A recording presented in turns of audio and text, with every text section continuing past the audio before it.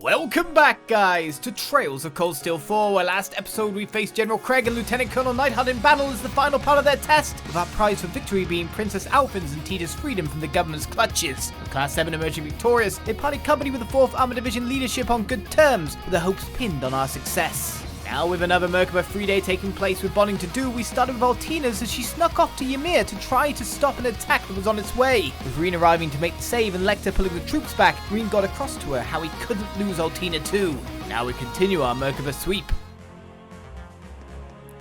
Anyway, it's time to put ourselves through hell.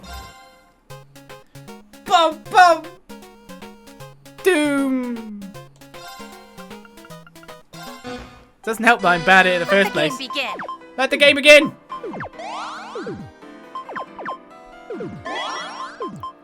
More blues! Why am I putting this green? I'll put it there. Seems like a good spot. That looks like a good CP generator, maybe. No clue! Stop getting bloopy bits! Okay, that should be a yellow combo in next as well. I'm starting to think that maybe I should just film these after the stream and not take part of it up with it because of how long this can actually take. Oh, that didn't count. No, it will now.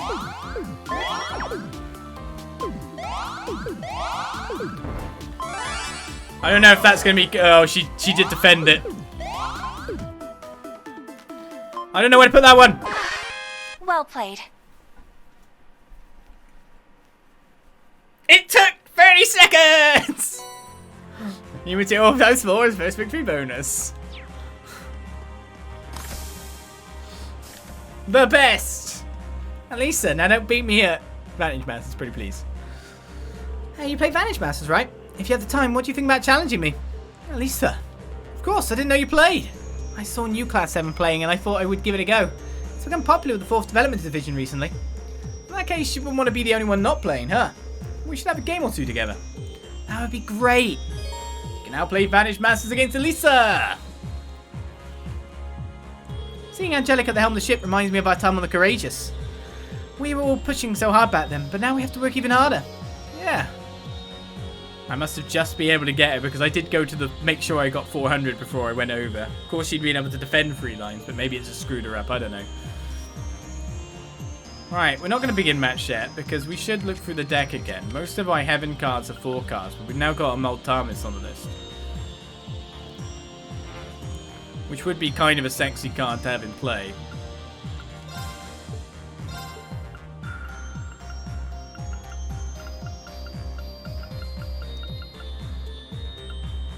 We got a better fire card than Dom Dollar. That's what I'd like. Loads of Earths with the power round cells have done a really good job for us recently. What masters do I have now? Still don't have like Paladin or anything, yeah? I think I'll continue with Bard then. The lockdown strat usually works. Spirit. Game on! Yeah! Except she starts with 5 mana. Alright, Blix will be able to be picked up in the first turn. So would technically Mom. Wall I might just change. Yeah. That could be helpful. So the first turn gets to start with 5. 5 mana ourselves. But she's already at 5, so she can summon some big crap if she wants to. Already a Tarbis on the field. Earth's Grey against Water, of course, so we might summon the Ferion first. Annoyingly, I'd have to take out one of these. Looks like it's quite a lot of damage. What does Spirit do? And that was the target act again, 3 mana. When HP is 10 or less, HP plus attack to all of your cards?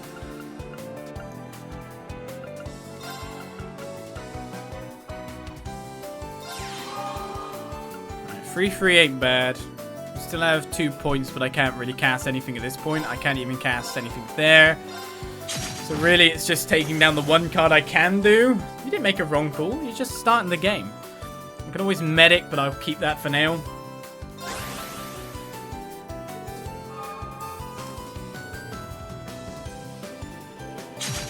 well, that's expected.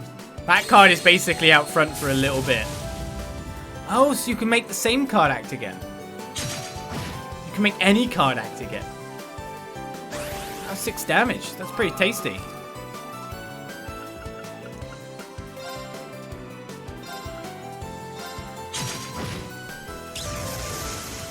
Right, unfortunately, she gets another card from that. I can't attack without taking any damage here. So the question is, get more ranged ones up? I guess that's not really a question. Thief Nell can come in and attack at any point in time and has the recovery 6 to the target. So I'm pretty good for just recovering. I might use the medic. Just to use up the mana on that turn. 2 cards in the field ain't bad. It depends if she just pulls out a spell card that just wrecks me. Like, Tide would be terrible right now. Kyria Bell to the front row. Blix will be able to take you down. Oh, Kyria Bell going again, but can't go with the skills, can only attack the bard, but that's 5 damage. She's wrecking that one.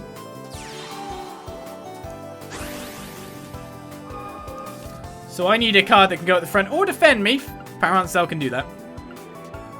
I could also put the Thief Nail up front.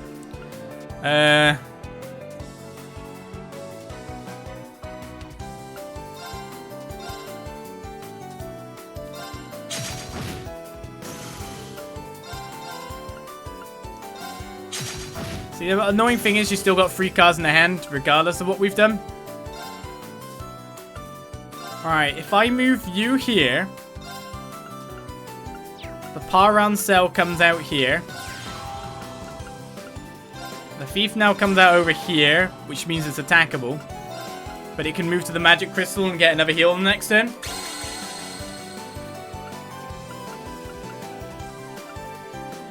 I didn't really think of that too well at the start. What I should have done is I should put the Power and Cell between the Bard and that. And the Thief now can move over on the next turn. So I can actually just get another heal and I'll be up to 22 health again.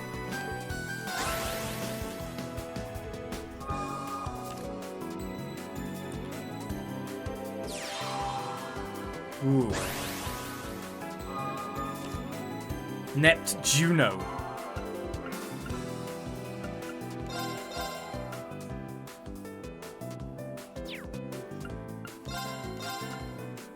I'm gonna sack the Paramount Cell to kill that card. Defends adjacent cards to left and right. Has a skill for Ice Burn. I think I'm okay with sacking the Paramount Cell though on this turn. Because I've got all my HP back.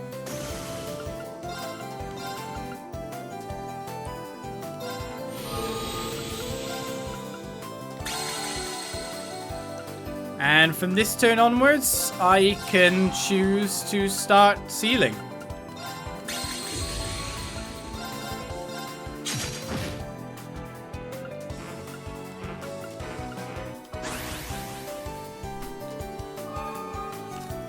So now we're playing against the cards of her deck.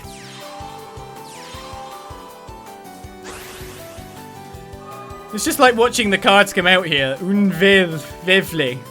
Attack +1 for each card this enemy defeats. Well, luckily the Zamel Pen can kill it. But will die to do so. Unless I wall it. But I could wall the Epharion and keep that alive forever.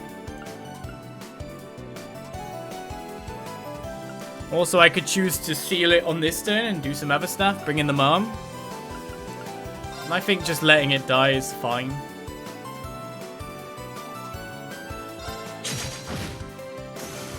We're looking for control.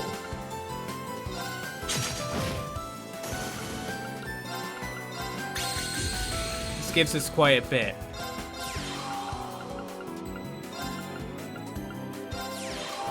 It's going to make that Epharion completely undefeatable. Now I'm out of cards, but our enemy ain't doing too great either. I don't have a lot of attack damage on the board, so I can't take him. I can't one-round him. Oh, I can, actually. Depending on what comes out or not. It'd be great if I get a Heaven card on this draw.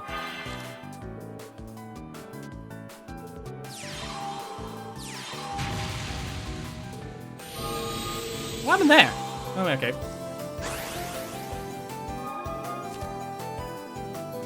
Heaven card. So Blixer does extra damage, but that's only 3.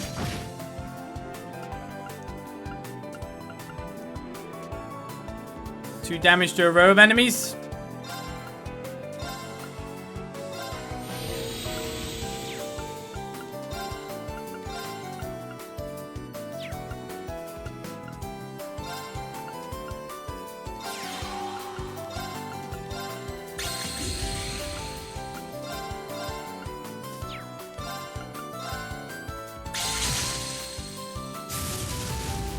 Oh man, it passed thingy, didn't it?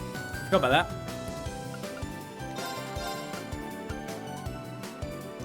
Alright, so I'd lose that card for that one.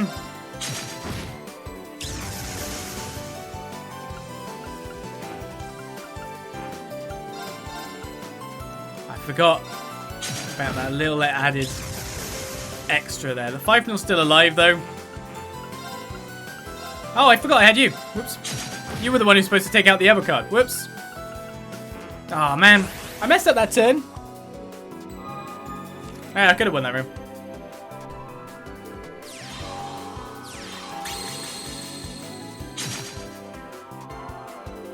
Oh man.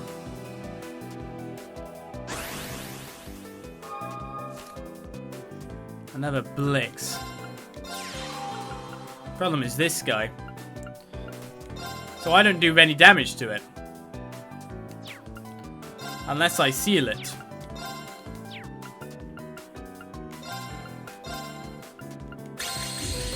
Which leaves the other Mister able to go. I've badly done that turn.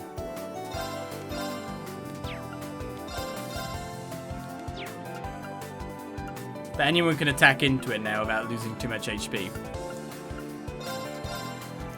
I think if I go Blix, thingy,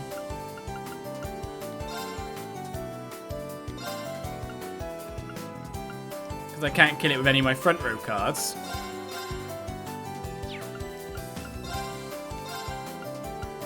Too bad I can't get you. Alright, what am I looking at here? Just to take them out and then secure a next round victory? Sometimes you miss stuff. Don't be bragging on me.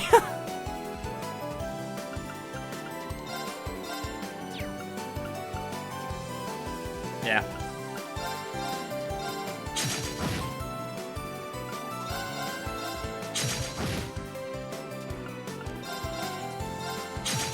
Can't play perfectly all the time, right? Take one less counter damage, able to destroy that card. Everyone has taken a turn, everything has been wiped out. She's still got 2 cards to play, which is insane. Oh, wow. Here we go. I've let her live. Can't heal twice, but it can definitely kill the Kyria Bell. Oh, actually attack me. That's weird. That was a duff turn.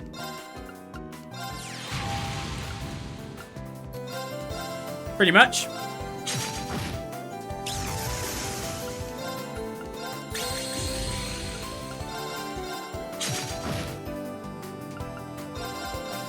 I mean, no matter what, I secured the victory down the road.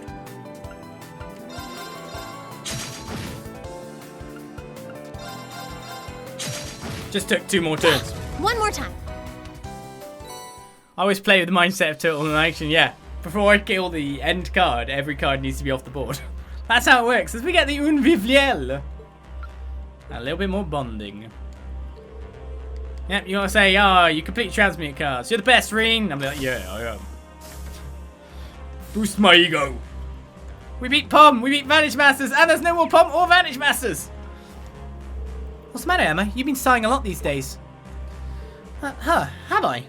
I certainly hadn't noticed myself doing so. The break room's always there for you if you need to take a load off. Thank you, but I'm fine, honest. If anyone's in need of a rest, I think it's you, Rean. Don't worry, I've been taking regular breaks wherever I can. If you say so.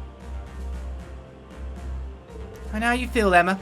But really, it's better not to overthink it. Anyway, want to go take a nap together? Oh, why not? I hope I'm not the source of Emma's stress. Yes, literally all the other girls, including her, her friends, are literally confessing to you at all times. That would possibly cause stress. Fee did take naps in all sorts of places when we were in school. They do say naps are good for you. It might not be such a bad idea to try one occasionally. Maybe not. All that talk of napping has made me sleepy. Well, why don't you take a nap? Well, they are. All sorts of weird places. She's the best at naps, obviously. Get back. I never said you could pet me. Your mouth says no, but you're purring all the same. I am not. There, isn't that better? Just relax and let me work my magic. Or if you prefer, you can switch to human form and I'll give you a nice massage. There is no way that's going to happen. You say he's just as relentless as ever. It's kind of scary. This child is unsettlingly good at this. And I thought Vita's way of petting me was dangerous. Don't tell me you're her disciple. Oh, come now. You're just being paranoid. I think it's a force to be reckoned with, all right. I can't believe I let myself get played like this. The atmosphere aboard the ship has been so much cheerier since we met up with Tita and the princess. Now we just need Elise. A crucial turning point is quickly approaching. Yeah. Elliot, you're buying the counter this time. Yep, helping people is a part of who I am, and that extends to cooking too. Let me know if there's anything you need. I will, thanks. Oh. Literally didn't have an extra bit of dialogue. How can I help? I wasn't ready for your voice then. Rean's headset is already bought. We've got all kinds of kitty ears. No new paper. Randomly there's new hair. And for some reason, Toa having blue hair costs 1,000. Come back anytime. I buy them for the sake of it. How can I help? Oh wait, you trade for fishing bait for new material. Oh, I'm so dumb. I could have done that. 6 hours later. How much new material do I have? 65, so I can make another big thing. Come back anytime. How can I help? Nothing there. Money! Come back anytime. Come back anytime. Hey everyone. I see you all set up in the workshop now, huh, Tita? Yep, I wanted to pay you back for all the help you've given me. I'll make any modifications to your ordnance you might need. It'll be just like when we work together on your field exercises. Hey, don't take on too much at once. Remember you gotta do maintenance on the engines too. No sweat, I'm just getting started.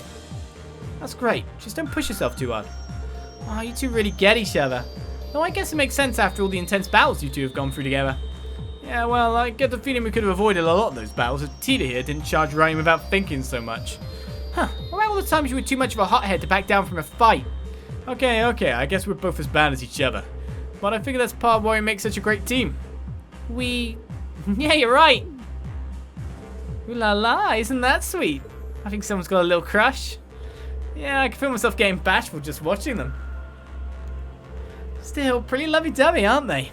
Agate's feelings aren't out in the open, but that just makes it even more interesting. I'm excited to see how things develop. Yeah, I get where you're coming from, but it'd be inappropriate to tease them about it. Nothing's fixed, but we do have Tita back. That's the most important thing. Anyway, let me help you out a bit. Call on me anytime. Thanks. Just knowing you've got our back makes me feel better. Anything? No more double dialogue there. Call on Agate anytime. He's in our party. Ah, so there hasn't been any updates about Shara's whereabouts, right? But I hear Ren and the others have come here to Erebonia. Besides, Agate's there as well, so there's no need to worry.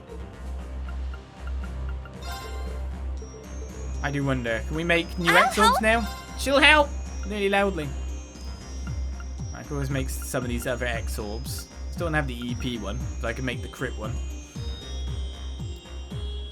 But it costs my U material. Come back soon. Ooh. I'll help. No new Master Courts. The Holy Robe and Holy Boots still seem to be the top tier. Ah, here we go. XL Jacket. So we've got a straight up better defensively pair of shoes and jacket.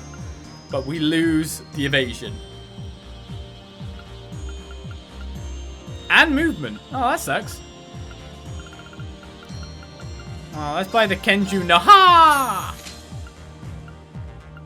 I guess we'll buy the Grisale as well. who else is in the party currently? Branwen. Yes, sir. We need the Striders. Cool and Raise. That's a really good name, actually. I just like realized that's a really good name. Good play on words, good pun. Very like. So no gear for Tita, no gear for Agate. Cool and Raise.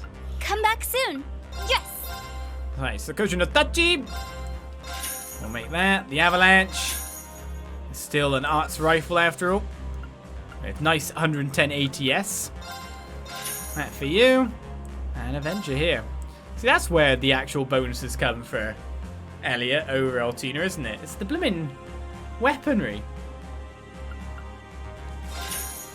Come back soon. What's up, Laura? Why so serious, Laura? Everything okay? My apologies, I was just lost in thought. We were able to get you and Crow back. We've been recovering our comrades one after another, but there's still the Ironbloods and Ouroboros to consider, as well as Zephyr and the Red Constellation. Can I really hope to stand up to those blocking our path? Do I truly have what it takes to serve as heir to the Arcade family in the Blade Master's stead? Also, that had been weighing quite heavily on my mind as of late. Laura, my sword itself is in fine condition. If there's a problem, it must lie within me. I must further hone my abilities, should I wish to continue to serve the blade of Class VII. Looks like Laura's hit a bit of a dead end. That being the case, I feel like we should spend time with Laura, because she's probably the woman of most neglect. What's with the flowers and suitcase, Your Highness? Oh, I'm just preparing myself is all. I was wondering if we could make a stop by Ulster once the opportunity allows.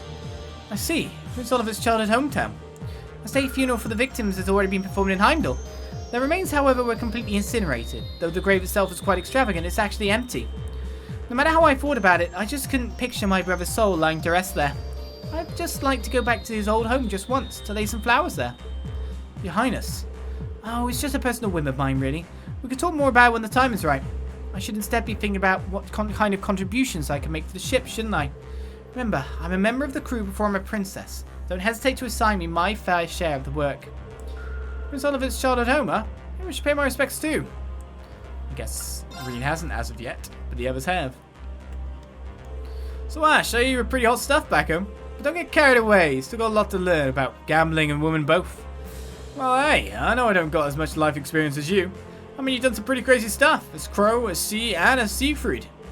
Ouch, you had to go there, didn't you? Kind of think of it, I kind of have trouble thinking of you as a ladies' man, Crow. Maybe because of all the times Angelica upstaged you back and forth. Lame. Hey, you know what it's like to have to compete with Angie. Take that chick from the literature club, for example. Tatiana, right? Let me tell you, if Angie set her sights on her, you wouldn't stand a chance. In fact, you might want to get moving on that before she does. Hey, mind your own business. It's not like I care or anything. Hey, come on, don't be shy. Whenever you need advice about women, you just come to Uncle Crow. Back off, man. This ain't funny. Even Ash isn't quite a match for Crow. Get about me. What's the deal with you and that Abyss lady? She's easy on the eyes, but she talks like she knows every secret the world's trying to hide and she doesn't want to share. Honestly, Crow, I'm kind of curious what your relationship with her is too. You too, huh? Sometimes I'm glad I didn't get too involved with her, but other times I wish I had. I'll let you guys figure out how to interpret that one. Oh, come on. Well, that answered nothing. He wants it. Kind of feels like I'm being left behind. Pisses me off. It's about time I settled the score. Hey, don't get me involved in this. Well, Via and I have been around each other for more than 5 years now. What's happened? It's not really a short story. I guess it's not just a simple awaken a witch relationship. Which is what I'm having! Not too bad if I say so myself. Doing some practice, I see. Your movements there felt really natural. Yeah, it surprised even me, to be honest. But I guess it's to be expected after having crossed swords with Lieutenant Colonel Nightheart. Being able to hold my ground against one of Miller's sworn friends was a big moment for me. I can imagine. It looks like we'll have to thank the Lieutenant Colonel and General for that sometime. Definitely, but maybe not quite yet. I imagine Prince Cedric is also steadily improving his skills. Maybe I should start searching for that thing Uncle Zex told me about. General Zex told him to look for something. I wonder what it could be. Oh, we could find out by spending time with Kurt. Damn! Colonel Macius. Kurt sounds way more interesting. Oh, Rean, nice work earlier. Only because of you guys, Toa. Great job gathering all that information. By the way, what's that old file on the screen? O file, even. Well, you see, Elisa brought some data over to the Merkabah. They appear to be files that she got from Rean, that girl from Lebil. Yes, we do remember. Rean, you mean Tia's friend, right? The former enforcer. What kind of data did she give her? Well, remember about a month ago when the Lebil and Crossbell teams infiltrated Orcus Tower together? Apparently they acquired some top secret files full of confidential information. And it might have some detailed records on exactly what happened in Heimdall back then. Right, not to mention information on past incidents, information that's not so well known. Problem is, the files are protected. They're not going to be easy to analyze. So the idea came up of dividing the files between us to be decoded individually. That makes sense. All that information would definitely be a huge help to us and all our allies. All the same, that's why I decided to pitch in. I'm working on one of the files right now. It seemed like one I might be able to pass. I see. Those files are all encrypted. The more shovels of work, the better, I imagine. Oh, we will not just yet. I think Laura's is the most interesting next one, but it's obviously going to lead to a fight.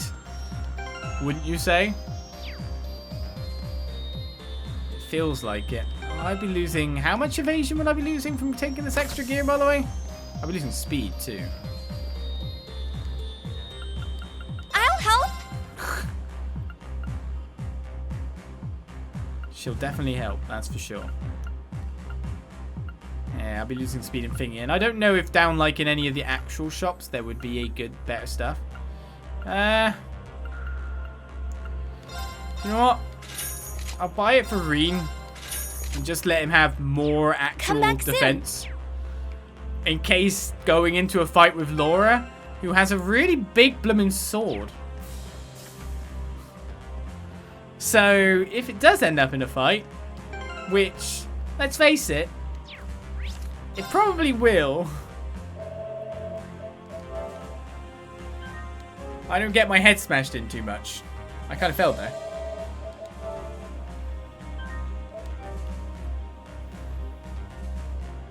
Let's hanging out with Laura. See what's going on. My sword itself is in fine condition. There's a problem that's lie with me. I must further hone my abilities should I wish to continue to serve as a blade of Class VII.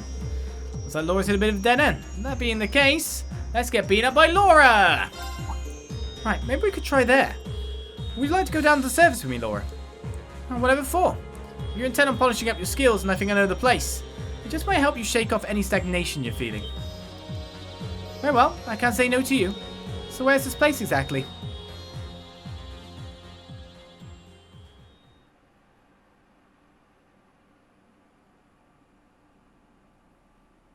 Where is this place? Actually, where is this place? During the course of their intel mission, Rean and Laura stopped on a certain island, Bryonia. Nice beach.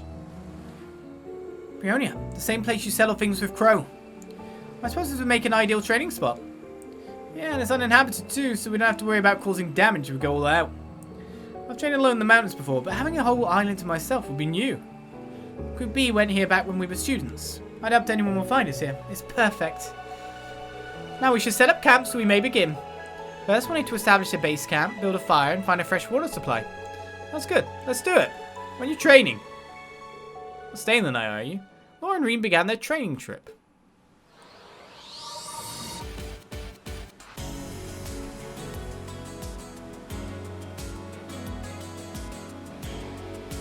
After pitching their tents, finding food and water didn't take long.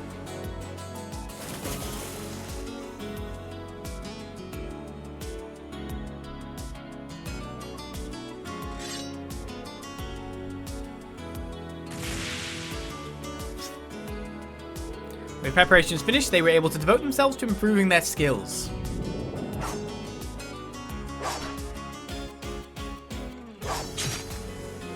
Both of them were used to training in the great outdoors. They moved across the island, alternating between individual practice and sparring matches. They started to lose track of time until eventually...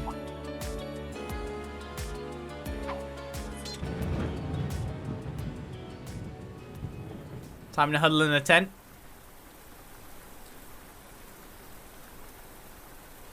Oh, in the cave. They could build fire.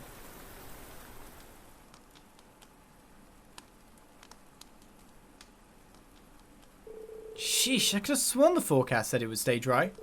Maybe this is another side effect of the Great Twilight. Or maybe I'm just overthinking it. Perhaps. Summer rains are always unpredictable. Let's give it some time. It may be over soon enough. Sure.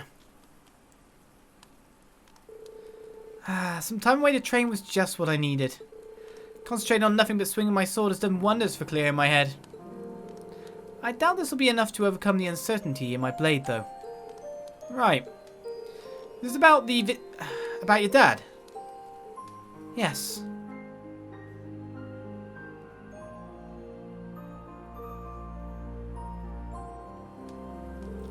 At the time, I truly believed I would black out momentarily.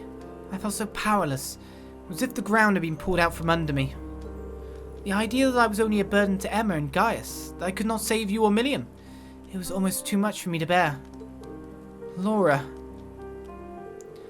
More than anything else, I despise myself for being so weak. As an Arseid, my blade is meant to inspire and push others forward.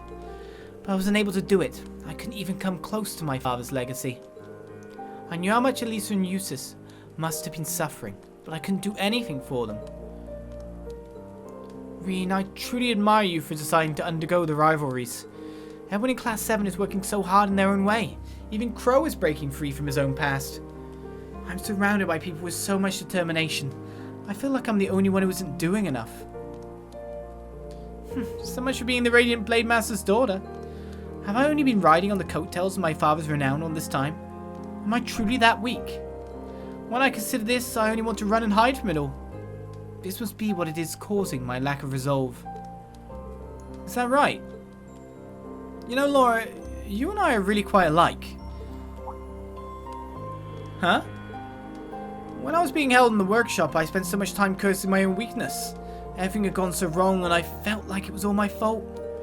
But unlike you, Rean. As a fellow practitioner of the blade, I've always kept a close eye on you and your skills. Somewhere along the way I noticed something odd, but I couldn't quite place what it was. Until now, that is. What do you mean? You're searching for a place to die, aren't you? I know that the Chancellor's heart beats in your chest, and that it is what's keeping the curse of the Empire alive. However, you are not like Crow. Once you die, you will not come back. Therefore, I must ask, why are you giving up so easily? If you won't answer, then let me see if I'm incorrect in my guess. Is it because you can't forgive yourself? The curse spreading throughout the continent, Milliam's death. You blame yourself for all of it. So now you feel like you don't deserve to live, and that dying will, in some way, will help you atone. Am I right? Yeah, something like that. No, actually, it's exactly like that. What's the point in hiding it when you can read me like a book? Countless lives will be lost because of the war and the Great Twilight. None of this would be happening if I'd been stronger, if I'd realised what was going on sooner. I wouldn't say I'm trying to throw my life away, it's more like I'm looking for a way to make my death mean something. That's the best way I can put it. I thought so.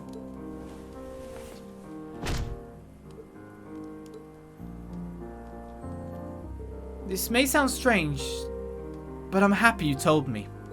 Now that I know what burdens you bear, my own issues seem petty in comparison. There's a rage building up inside me that's cut through all the pain I was feeling from losing my father. I won't falter anymore. It's all so clear to me now. Laura.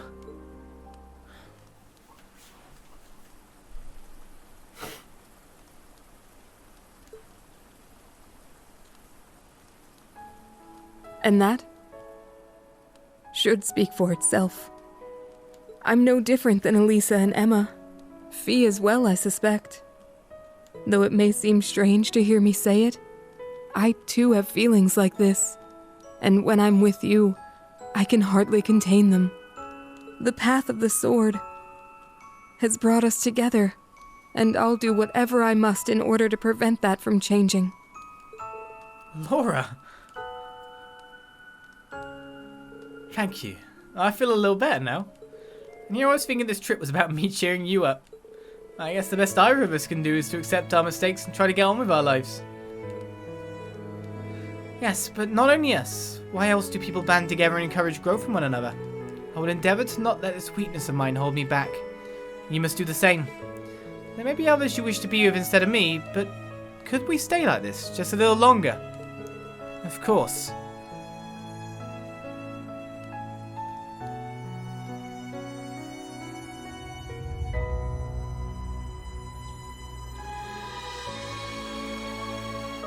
Well, that's a pretty intense storm. But it looks like we'll be able to train some more now. Yes. Are you alright? Hey, don't tell me you're embarrassed now. What? Of course not. I'm just surprised I could be so bold. I'm surprised too! Anyway, it's time to focus. We came in a train, remember? I never knew Laura could be so cute. Alright. We'll train extra hard now to make up for the lost time. We've got to get over our weaknesses and help each other grow, right? Indeed. Let's start. I know that Rean gets away with it on the basis that she kissed him. But, I didn't hate that. I was surprised. I was kind of like, also in my head, like, aren't you Emma's bestie? I guess to be honest, it seems to be like Emma a long time ago as well. But then it's probably me projecting. Already had like, let my, you know, it's one of those, I want my friends to be happy too, so they can shoot their shot kind of things that happens in anime Japan. But still, Rean and Laura returned to camp for lunch, feeling refreshed and more relaxed than they had been in days. After another intense training session, they headed back to the ship. The bond with Laura strengthened. You shared a special moment with Laura. That was more than a special moment! Yikes! That was hot under the collar.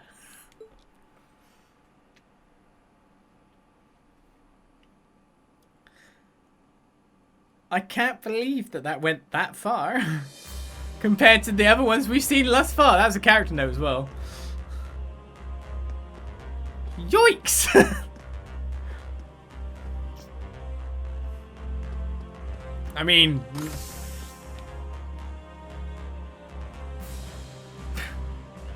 God damn it! She's Becca! That's completely Becca's style.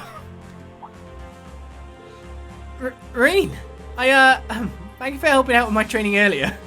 A lot happened back there, but anyway, it really helped me get my head on straight. I hope we can continue to support each other from here on out. Of course. Thanks, Laura.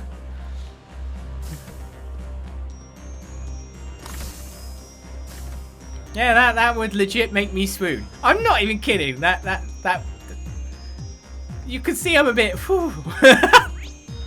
But Emma. Right, I'm not going to do any more bonding things at the moment. We could go to Erin and check that out and see what's going on. I'm looking at the time we have for this session, and I'm going, the only place that's probably small enough to get an actual full scout on is Titus Gate. Whatever is going on at Titus Gate. So let's head there. See what's actually there.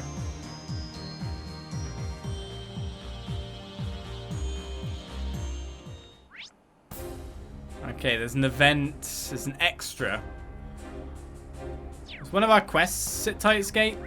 I don't know. Well, this area is small enough for us to do a sweep of, so that's fine.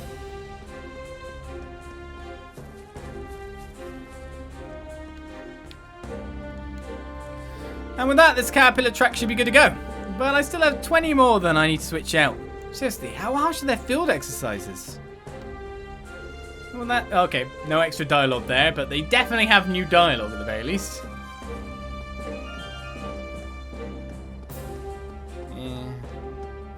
You're not an event, are you? A new recruit's life is just train, eat, sleep, and repeat. I can't cope with this kind of life without anything to entertain me, so I got a novel. I fall asleep every time I start reading, though. Bedtime story, you say? Ah, there's no chance I'm going to read it, so you guys can have it. Yes! Just in time. Thanks. Wow. Lucky, lucky, lucky. 27 pages this time. Just in time as well. Like, looking at the time of the session left and the episode left, as you know what I mean, with 7-episode session, I was like, the most we can do is Erin and see if there's anything there. And Titus Gate is a small enough area that we can at least do the sweep there and continue from next time. That's lush. Victory for the Empire is certain with the execution of Operation Jormungand. The only thing I can't comprehend is why the 4th Armored Division remains on standby in Erebonia. What are they thinking, leaving our strongest force behind when there's a war to be fought? I want coward to be crushed beneath the power of the famous 4th Armored Division. Swift vengeance would definitely honour Viscount Arce's memory. Here's where you are. The honour of the country rests on the war. What does the 4th Armored Division think they're doing? We should honour Viscount Arce by crushing cover of the power of the 4th Armored Division. I was surprised when I heard the full details. I would have never thought they'd stationed forces of similar sizes in 6 directions. Operation Jormungand is really an amazing plan. It's almost secured our victory. What made Karbad regret their assassination attempts on the Emperor? They've made enemies of the wrong nation. Operation Jormungand will definitely secure victory for the Empire. You should be proud to be citizens of the Empire and start preparing for war. I'm still like how writers just get away with that stuff. It's like, she kissed him, he didn't kiss her. It's still an out for him. You still get to make a choice. New recruits have finally met the bare minimum for physical standards. Lately we've been using war simulations to train new recruits. Some of them are the most useless scouts I've ever had the misfortune to train. It's a mystery to me how they've managed to survive until now. But many of them have improved. They now know their strengths and weaknesses and can take action without needing their hands held. I don't see a problem if we include the new recruits in the field exercises. Economics snap decision in combat, and they've learned how to conduct themselves properly in the field. Let's include the new recruits in the field exercises. Right, I'm not the one who's deciding. I knew it would be like this. I just can't keep up the field exercises. I screwed up during the last battle simulation. The Sergeant Major ended up breathing down my neck. The constant drills have taken their toll on my body. Oh, I don't want to worry Kathy and Jan. I'm going to write in my letters that everything's fine. I've already caused so much work for Kathy and Jan. It feels empty even just saying it, but I'm going to write in my letters that everything's fine.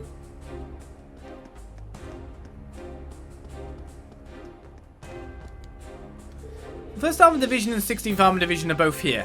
Now we'll finally start full-scale field exercises. Collaboration between our 2 divisions is essential for our role in Operation Jormungand. I'm starting to get nervous now that the start of the war is drawing closer. It's even more important to keep up our field exercises. The 1st Armored Division and 16th are both here. Now we'll finally start full-scale field exercises. Collaboration between our 2 divisions is essential for our role in Operation Jormungand. They just said the same thing! Stop saying that! Give me good dialogue. Excellent double dialogue. Some of our campaigns approaching, but Cassius Bright's behaviour is very concerning. Oh, tell me more! On the surface it looks like he's accepted the government's orders and agreed to remain uninvolved, but I truly hope that my concerns are unfounded. It's Cassius Bright! He's playing you. Ha! It's gonna smack you down. We've received communications from the government detailing when the war will begin. With only a few days until battle, the troops' morale is increasing. I'm getting fired up too, but clear-headed coordination between the 2 divisions is vital for Operation Jormungand to succeed. We should continue our field exercises right up until the start of the war. I'm anxious about the start of the war too, but performing field exercises right up to the day of the war seems strange. The only thing I can do now is watch things unfold. Everything has gone as expected so far. It seems we did the right thing moving our pieces forward. No, Muse. Received communication from the government detailing when the war will begin. Only a few days until battle, the troops' morale is increasing. I'm getting fired up too, but clear-headed coordination between the 2 divisions is yeah, okay. I really am just reading them twice now. Laura had me flustered. But don't worry, guys. I'm completely faithful to Emma. The one disappointing thing thus far is that Emma isn't been a forced choice on a mission, and that Emma hasn't had a bonding event yet. What's with that? Trying to push her to the back. I'm gonna have a word with Falcom. The 1st and 16th Armored Division working together. Didn't think I'd see the day. The boy knew from the start the Imperial forces were preparing to pass through. It makes sense that they wouldn't complain about field exercise in the neutral zone. Hey, what are you doing here? These are requisite resources. If we would have run out of something, it could have fatal consequences. I'm asking you nicely, so don't get in the way of my work. The amount of supplies to 2 divisions add to a ridiculous amount, but those who are stationed here help out our brothers on the battlefield by doing odd jobs here and there. Can't slack off. I need to properly manage the supplies. They're saving the best for last? Oh yeah, that's obviously it. Yeah. They're also trying to give the girls another chance, knowing that Emma's clearly the best. We received a communication regarding the specifics for Operation Jormungand. I had my suspicions about the movements of the armored divisions. Now it makes sense why they put so much effort in the joint field exercises for the two divisions. At least there's no doubt now. We should put our all into preparation for the upcoming large-scale field exercises. Couldn't work out the intention of the armored divisions before, but there's no doubt now. We should put our all into preparations. Yes, you should. So really, it's telling me to come down here to get the book? Is there anything else going on here? Wow, it literally just told me where the book was. Yeah, the 1st Armored Division and 16th Armored Division met up at last. Now it looks like they'll be holding field exercise in the neutral zone. Now I think about it, there's no real reason in calling it a neutral zone anymore, huh? The kingdom may be smaller than the Empire, but it's not that they're completely powerless. Who can say how this will all end?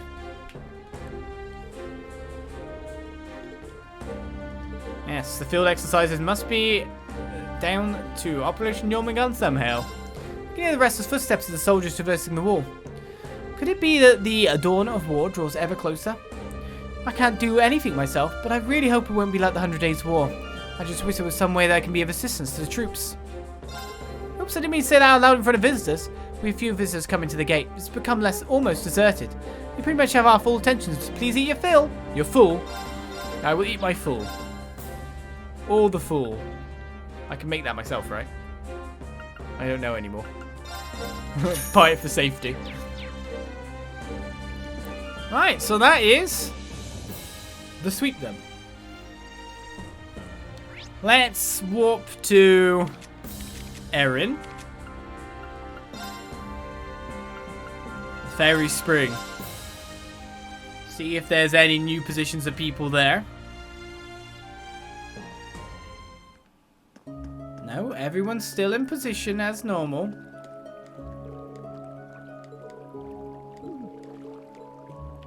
And have their dialogue move forward. A fishing spot. How nice. So Erin's basically the same. So, we're about to take our bedtime story. But before then, who's required here? Tina and Agate! Who'd have guessed? It's basically whoever's new. And then you just put them in, and then there's an event. Shall we?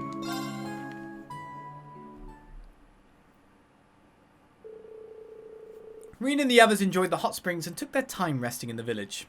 By some stroke of fate, an unexpected combination of people ended up soaking in the springs together, or more to the point, the thing that tells us the combination we need. Oh my god. Muse, you're well close. You're really close. Doesn't quite live up to Elmo, but it's not half bad either. So what's up with you, Tita? You're not in a bad mood, are you? No, it's nothing like that. Oh. Come on, up until 2 years ago, I didn't have a single problem getting into the hot springs with my family and Agate. Why does it suddenly feel so different now? Oh, Tita, you worried things will get a little steamy between you two? Let's give it some space, Muse. We were roommates, you know, Instructor. Who better to spill your heart out to than the person who's seen you in your most private moments? If you say so. You've known Tita for 4 years now, haven't you, Agate? And you even went to a hot spring together in the past, so would you say she looks more grown up now? Maybe even a little curvier? Really, Muse? Oh, God. Muse? Well, she's not that 12-year-old kid anymore, that's for sure. She used to be so tiny. Every time I look at her, she's become more and more of a woman. It really just blows me away. It's like watching your little sister grow up. Oh. I see. Well, I can somewhat understand that. Well, I guess I misread things between the two of them. But she's not your actual sister. You don't see her as just a substitute Misha, do you? Oh, of course not. Tia's her own person, and so was Misha. I can never confuse the two of them. Tia's always been charming and likable, but I never imagined that she would end up so beautiful. Why the hell are we talking about this? Hook, line, and sinker. I guess a pretty reserved guy most of the time. Hey, Schwarzer.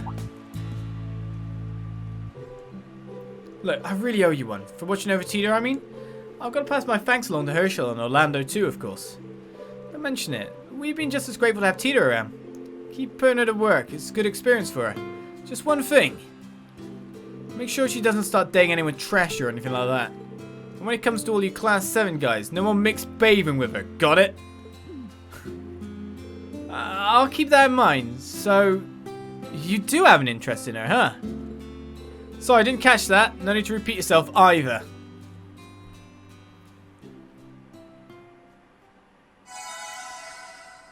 Yes. Well, Muse, you did definitely teeter a world of good. But can't Agate just remain legally pure for a while longer, please? He's trying so hard. Anyway, we will read our bedtime story because it's time to end yet another session. We've just got 309 Chapter 6, which pretty much means that in 7 episodes' time, or a week's time, okay, there most likely won't be a bedtime story. Because if we just got the book, it's so long between the next book that it just doesn't seem plausible. Alright then. 309 Chapter 6. Shall we read after our big cliffhanger last time? Because even looking at that first sentence, literally, it's not continuing on from that moment as of yet. Which is interesting. Just to be really annoying. But hey, isn't that writing? 309, here we go. Do we need music? This music's fine. My mother died soon after I was born. From that point, it was just me, my older brother, and our dad. As far back as I can remember, my dad was a monster. Took the mirror Mum left us and used it entirely for himself, spending each day drinking it away. He made no effort to put it to good use, to do anything that might help our family, and when he was in a bad mood, what little safe haven we had was violently wrestled away. Arrested. My brother acted more like a parent to me than Dad ever did. Whether at home or somewhere else, he always protected me. I really hated that house, but I always felt like it was bearable when he was there by my side. Those days didn't last for long, however. I was still quite young when the household ran out of money and Dad decided to put us to work. There weren't many options for a child to earn much mirror though, and even between my brother and I, our income barely made a scratch in the man in debt. One day my brother vanished and Dad announced he had let him spread his wings. In other words, he had abandoned him. It was at that point that I stopped thinking of that monster as my family. Even in such an awful situation, I still hold on to the idea that my brother would come back to me one day. That my only option was to stay there until he did. 3 long years later, I finally received a letter from him. He wrote that he was in a miserable place, but that he was managing to stay alive. I was able to send him a reply via the same method, thrilled to have a connection with him once again. I eventually found out he was being forced to work as a killer for a shadowy society called the Organization. The things he said he had to do were awful, inhuman. Just from reading his words, I could feel his pain as though it was my own. He said that the organization was nightmarishly strict, and it was only thanks to his partner that he was able to send me letters in the first place. My brother wrote a lot about his partner, describing him as a true friend, almost like a younger brother. This was the only topic where I saw his writing soften, where he seemed happy. Naturally, I found myself wanting to meet this person, but that was impossible and I knew it. I couldn't even meet with my own sibling, let alone his partner in some secret assassin cabal. We continued exchanging letters like this for some time, but even that came to an end. The household ran out of mirror again, and I knew what was coming. I could tell it would soon be my turn to leave.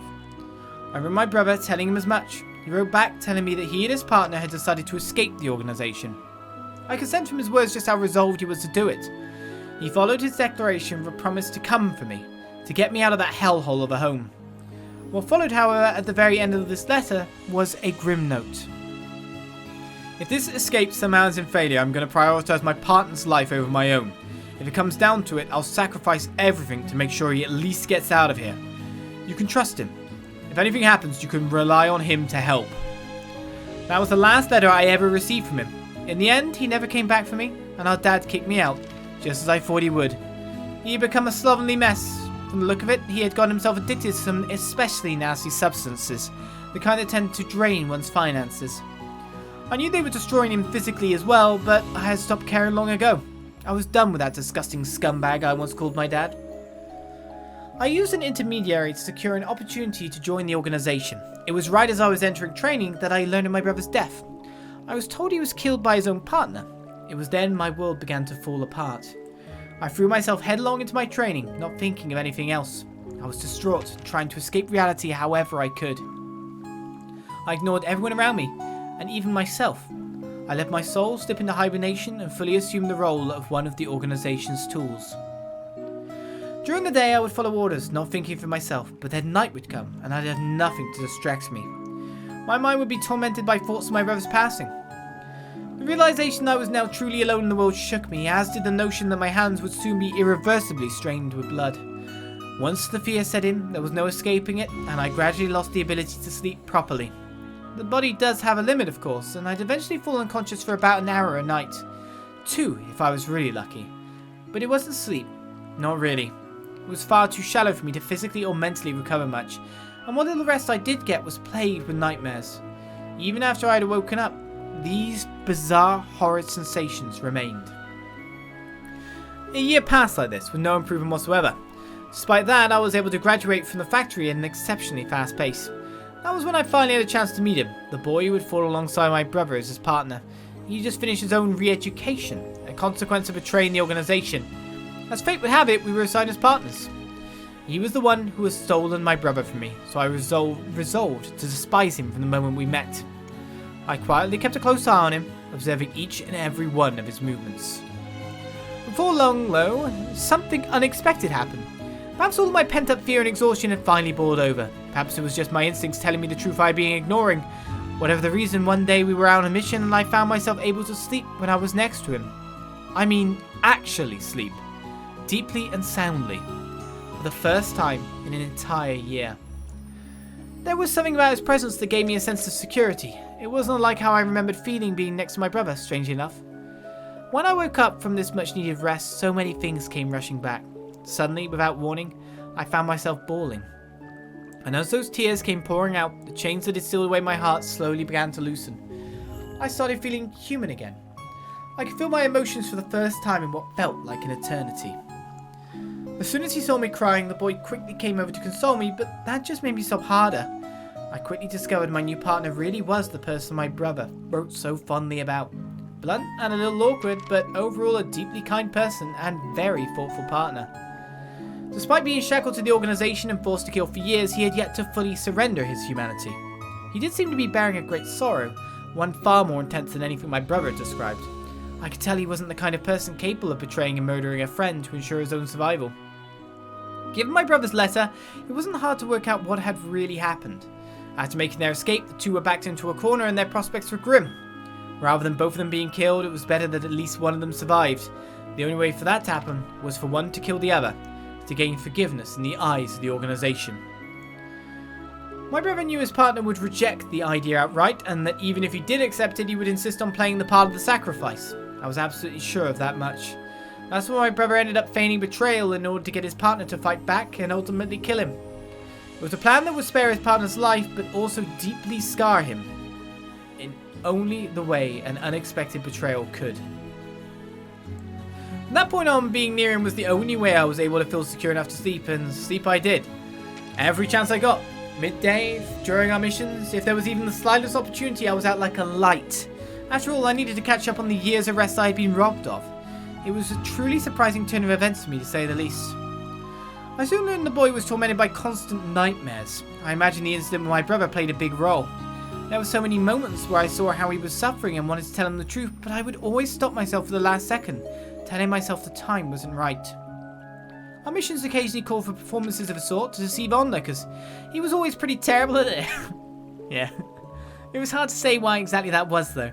His movements were fine enough, as were his facial expressions. The factory emphasized all those things in its teachings, so he'd received ample instruction there. It was just that he always seemed to overdo things, or drastically underdo them. I wondered if it may have had something to do with the unshakable seriousness he always seemed to have about him. It could be a real problem sometimes, even to the point where he would become more of a liability than an asset. Any onlooker with half a brain would be able to tell something was less than genuine about his performances. I came to the conclusion he was just naturally bad at deceiving others. That's why I had to keep my plans from him, to prevent his terrible poker face from giving us away. He'd been earnestly working on his escape for a long time. I, of course, understood the immense difficulty of this task and why he had to keep it to himself. Still, it made me a bit sad that he never spoke to me about it. He was in a precarious position, given that the organization still had its doubts about him. I wasn't about to do anything to put him at risk, of course, but his shaky acting alone could very well have led to the organization seeing through its carefully laid scheme. that happened, it would be the end of him. No question about it. The situation hadn't quite reached that point yet, but I knew it was only a matter of time before it did. After the Haldor Barn mission had wrapped up, I went to make my report. The man I reported to had an aura unlike anything I'd ever felt. He was the evil bastard who managed the two of us, the organization's overseer, the Emperor. He was the one forcing us to kill. His face was always obscured by a robe, but it failed to mask the malice that overflowed from him. That day, he had a quiet, deadly exuberance about him, like a hawk that had locked onto his prey. There was no mistaking it. I knew he had caught onto my partner. We knew he intended to betray the organization again. I knew he would gleefully purge him when the time came, and that time was getting closer with each passing day. If that's how things were going to be, I told myself, I would just have to get ahead of them and put my own plan into motion. The Emperor's intentions were obvious. Aware of the cruel history my partner and I shared, he had made us partners in a bid to slowly push me toward revenge. He knew I'd eventually break and sell my partner out, forcing him to go through another bitter betrayal. The Emperor was looking forward to watching it all unfold. We were both tools of the organization and the personal playthings of the Emperor's. So I decided to give him exactly what he wanted to see. Once I finished my mission, I told the Emperor of my partner's intent to betray the organization. I then shared my plan to lure him to a specific place where I would then eliminate him. I gave a detailed explanation, making it as enticing as possible for the Emperor. It was easy enough to gain his consent, even with his face hidden under his cowl. He could hardly contain the excitement in his voice over the coming slaughter. The laugh that escaped his throat was a sound so vile, it still haunts me to this day. Late that evening, my partner arrived at the designated location, the base of a hill deep in the mountains. At first, he was horribly shaken by the realization that he'd been betrayed again. When he learned who my brother was, though, his face changed. I watched his surprise turn to despair, which in turn shifted to absolute acceptance of his fate. To call what I saw heart-wrenching didn't do it justice. I focused my efforts on giving the most vicious glare possible, one equal parts mocking and murderous. I came up with the foulest, most malicious things I could bear to say, trying to cut him as deep as possible. After all, the Emperor was standing right next to me, and if I was to be convincing, I couldn't afford even the slightest hesitation. I stepped forward. I was going to eliminate him. I shifted closer to my partner in order to facilitate my wire attacks, or so I made it appear. My true objective was to put some distance between myself and the Emperor. Once I had my wires around his neck, the battle was as good as over. And there I knew I could end his life with the flick of a finger. This is the end. I meant those words from the bottom of my heart. A transparent cord ran through the center of the web of wires under my control. Manipulating this cord allowed me to set off a chain reaction that twisted it into a complex spiral shape I would often use to trap distant foes during missions. Fully focused on watching his toys in the throes of bloodthirsty vengeance, it was the Emperor who had relaxed his guard the most. Right at the climax of our battle, I seized the opportunity, and with perfect timing I was able to ensnare the unwitting Emperor, leaving him shackled and immobile. The key was the transparent cord. It may not have had the same cutting power as my metal wires, but it was more than twice as strong. Even so, I couldn't count on it to hold the Emperor for long. Without a moment's delay, I summoned all my strength to pull on another cord. A low rumble sounded out, and a section of the rocky hill collapsed, dropping a torrent of rubble below. I had taken my time to find the perfect location, one with brittle bedrock that I could break away on cue. The stones roared and tumbled in a huge wave, hurtling down toward the Emperor. In the middle of it all was a giant boulder more than 10 ards across. Time seemed to slow as it fell directly down at the Emperor's head, the thunder of the rock slide drowning out all other sound. Finally, it all came crashing down. The aftermath looked as though a catastrophic earthquake had just taken place. The Emperor had taken a direct hit from a massive boulder. There was no way he could have survived that. Even if he somehow had, he was now buried alive. My partner looked on in confusion, still processing what had just happened. "S!" I cried out, finally able to use the name I preferred to call him by. I ran over to him and buried my head in his chest. This was where I felt the most safe, by his side. I nuzzled up against him, holding him tight, never wanting to let him go. I'd never hugged him before then.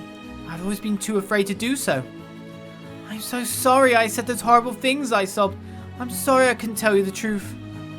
There was so much more to explain, but those were the things I wanted to say to him most. Even though he was still reeling from everything that just happened, he was still kind enough to hold me close and try to calm me down. "Nine, what in the world?" Before he could finish a sentence, something I never predicted happened. The small mountain of fallen rocks and boulders shifted slightly. pebbles began to ride up into the air. It was slow, but unmistakable. What's happening? Dumbfounded, all we could do was look on in confusion. Is it some kind of space element up? There's no way I mused aloud. No, that didn't seem right. Perhaps it was some kind of device that functioned the same way as an airship's anti-gravity components? I didn't understand what was happening. I just sat there, staring blankly, my mind racing for an explanation. Before I could reach one, however, my partner spoke, his voice steeped in panic. That's the Emperor's power! But that would mean... It meant the Emperor was still alive. More and more rocks began floating upward, taking their place among the ever-increasing collection gently balancing in the air. 9, we need to move! I continued to sit there, absolutely dumbfounded. Free grabbed my hand and we set off at a sprint. We were able to cover a good amount of distance before we heard what sounded like a massive explosion behind us. We turned to see boulders and rocks of all sizes being flung upward into the sky, like a volcano erupting before our eyes. To be continued. And so our story of Trails of Cold Steel is to be continued as well. Will I have more new material next time? I don't know! As we start another questing bit and move onwards into whatever is our next actual story segment. Tune in next time for more as we continue on with more bonding to do as well. I'll see you then. Okay. Bye-bye.